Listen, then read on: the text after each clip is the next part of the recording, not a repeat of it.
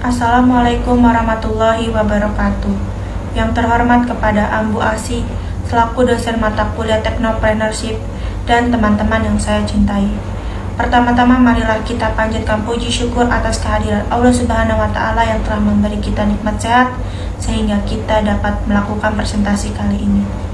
Kami dari kelompok 3 akan mempresentasikan hasil resum kami di bab 3 yang bertema menilai kebutuhan dan pengembangan bisnis, di mana anggota kelompoknya terdiri dari 1. Saya sendiri Tria Adila sebagai moderator, yang kedua ada Yeni Rahmawati sebagai pemateri 1, dan yang ketiga ada Renita Tiara Ramadhani sebagai pemateri 2. Baik, kita akan mulai presentasinya. Kepada Yeni Rahmawati sebagai pemateri 1, saya persilakan. Assalamualaikum warahmatullahi wabarakatuh. Saya Yeni Rahmawati sebagai pemateri 1 akan menjelaskan pengertian kebutuhan manusia.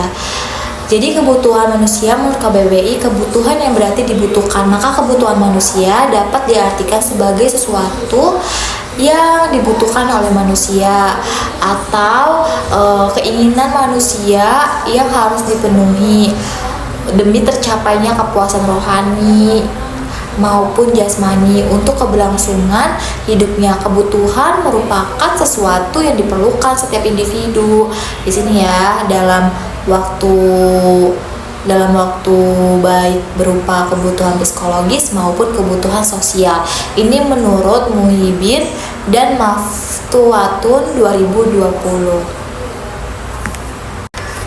Dan di sini juga ada menurut Artaya 2019, manusia akan terdorong untuk memenuhi kebutuhan yang paling dibutuhkan dengan waktu, keadaan, dan pengalaman dirinya dalam mengikuti suatu hierarki. Itu menurut Artaya 2020. Ada juga menurut Maslow. Maslow menggolongkan kebutuhan manusia menjadi 5. Kebutuhan dasar secara hierarki disusun dalam bentuk piramida tingkatannya yang dimulai dari kebutuhan fisiologi, keamanan, cinta, dan memiliki sosial, harga diri, dan aktualisasi diri. Dan di sini saya akan menjelaskan juga menemukan ide dan mulai usaha. Di sini bagaimana sih menemukan ide usaha? Kebanyakan orang berusaha dikarenakan tidak suka bekerja di bawah tekanan sistem yang mengikat dan ingin menjalani bisnis di tangannya sendiri. Namun yang menarik, seringkali wirausaha diawali dengan kesenangan pribadi terhadap suatu produk, baik barang maupun jasa. Dan saya akan menjelaskan contohnya. Contohnya seorang wirausahawan kue dimulai dari hobi membuat kue, berawal dari pemenuhan kepuasan pribadi dan aktualisasi diri. Wirausahaan tersebut secara naluri manusia telah melakukan terapan teori hierarki. Kebutuhan didorong oleh pemenuhan kebutuhan fisiologis dan rasa aman. Manusia akan menjalin relasi, networking, dan afiliasi sosial untuk membangun jaringan bisnis, meskipun pada akhirnya tujuan utamanya mendapatkan proses finansial untuk memenuhi kebutuhan kepuasan dan proses beraktualisasi diri di dalamnya menjadi sesuatu yang unik untuk dikaji. Mengapa orang berusaha? Lalu saya akan menjelaskan memulai usaha dari dan dengan asumsi yang benar. Setelah menyusun rencana usaha, langkah selanjutnya adalah menjalankan rencana usahanya tersebut.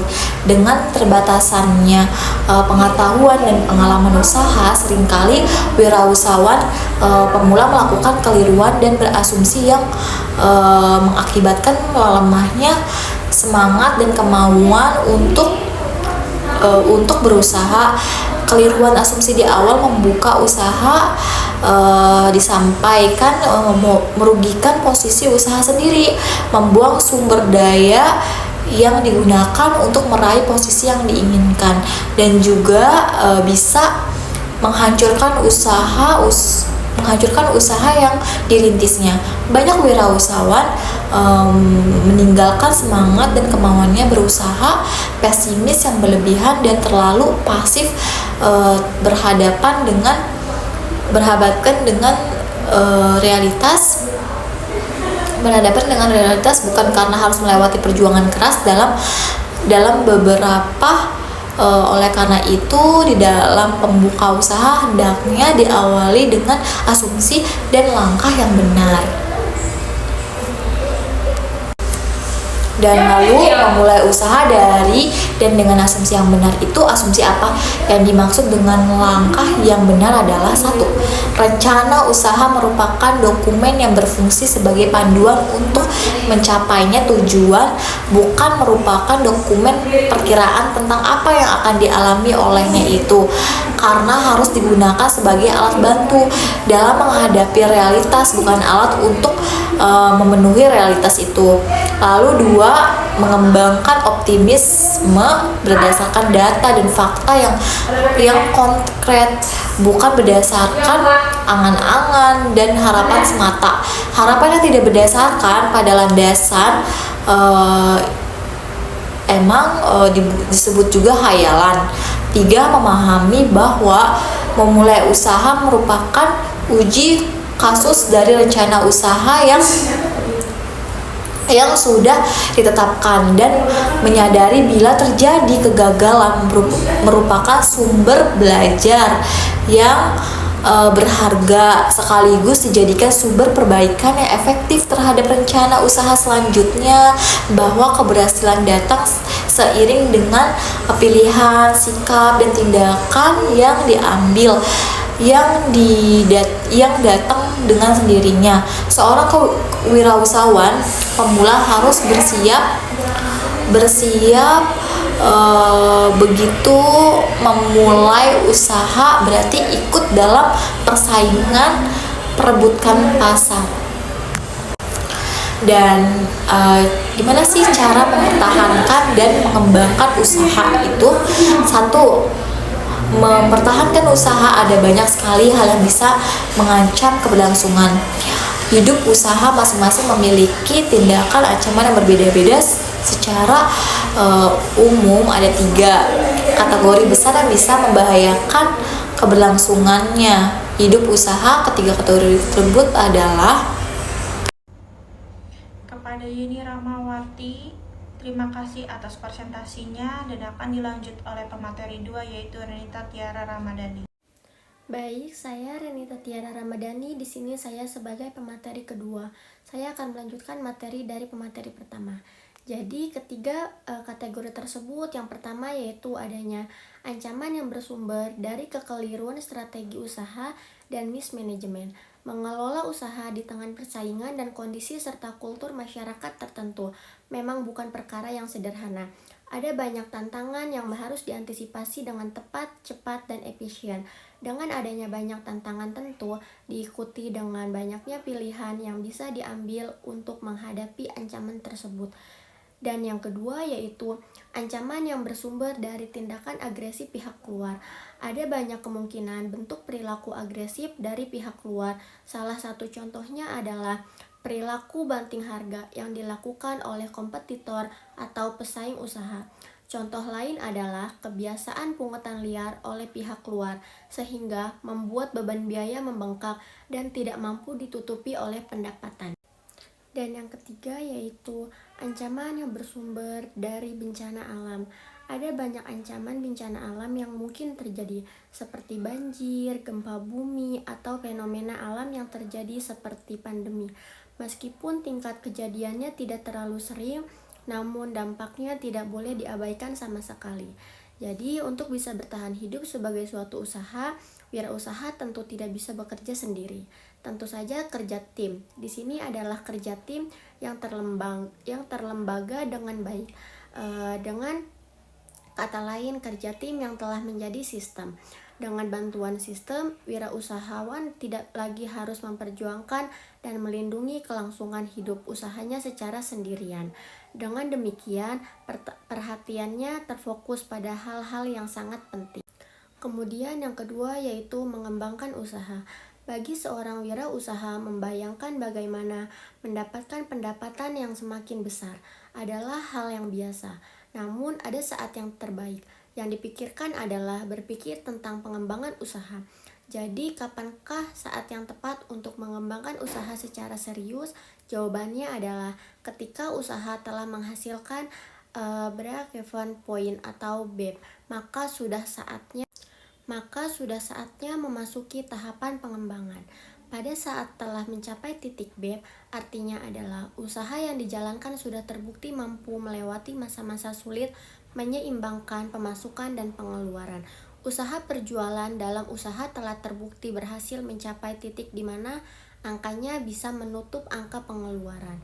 Pada saat itulah usaha telah mencapai titik kemandirian, yang menandakan bahwa usaha tidak perlu menerima subsidi untuk menutupi biaya pengeluaran. Dan yang ketiga yaitu kebutuhan pengembangan usaha. Pada titik BEP menandakan bahwa usaha telah berhasil mencapai jumlah pelanggan dan penjualan yang sudah mampu menutupi biaya yang dikeluarkan. Pada tahapan perkembangan harus ada upaya peningkatan jumlah pelanggan dan penjualan, sehingga pendapatan usaha meningkat karena pelanggan dan penjual baru tidak datang dengan sendirinya. Maka wirausahawan harus mengambil langkah agresif dan kreatif untuk menarik hadirnya pelanggan. Itulah sebabnya dalam tahapan transisi ini, wirausahawan harus melakukan perubahan yang ekstrim dalam usahanya agar tujuan meningkatnya pelanggan dan penjualan bisa tercapai. Menurut Mas dan Martineau, Mas S. Martineau 2010, ada 6 langkah efektif untuk membantu wirausahawan mengembangkan usahanya secara cepat. Keenam langkah tersebut adalah yang pertama, membangun emosional keberhasilan. Mengembangkan usaha merupakan perjuangan yang panjang hingga membutuhkan energi yang sangat besar. Dan yang kedua, mempertebal jiwa kewirausahaan. Bagi seorang wirausahawan yang berhasil, masih perlu untuk mempertegas jiwa kemandiriannya dan belajar dari kegagalan di masa sebelum meraih keberhasilannya agar tidak terulang. Dan yang ketiga, menerapkan optimisme yang berdisiplin. Yang dimaksud dengan optimisme yang berdisiplin adalah optimisme yang tidak pernah surut, karena optimisme merupakan modal yang harus dimiliki oleh seorang wirausahawan untuk menghadapi kemungkinan adanya masa sulit pada saat pengembangan usaha. Dan yang keempat adalah sentralisasi dan berorganisir sumber daya yang dimiliki suatu perusahaan, terutama sumber daya manusia, adalah aset yang sangat berharga, yang sangat diperlu dikelola secara baik. Sebagai pemilik usaha, sebaiknya selalu menjalin komunikasi yang intensif bersama pegawai atau staf agar mereka memahami visi, misi, dan tanggung jawab untuk membawa kemajuan perusahaan. Dan yang kelima, memanfaatkan kekuatan dari mengikuti pola preferensi pelanggan selama perjuangan membawa usaha mencapai titik BEP. Seorang wirausahawan telah memiliki gambaran bagaimana pola preferensi dari pelanggan. Dan yang keenam atau yang terakhir adalah beralih dari manual ke otomasi. Pada tahap pengembangan usahanya, seorang wirausahawan pasti bertambah kesibukan untuk menyelesaikan pekerjaan secara tepat untuk melayani pelanggan atau klien. Baik teman-teman, materinya sudah selesai. Saya ucapkan terima kasih kepada pemateri 1, Yeni Rahmawati, dan pemateri 2, Renita Tiara Ramadhani. Semoga materi-materi yang teman-teman saya sampaikan dapat bermanfaat bagi teman-teman. Terima kasih sudah menyaksikan presentasi kami. Saya selaku moderator, kurang lebihnya mohon maaf. Wassalamualaikum warahmatullahi wabarakatuh.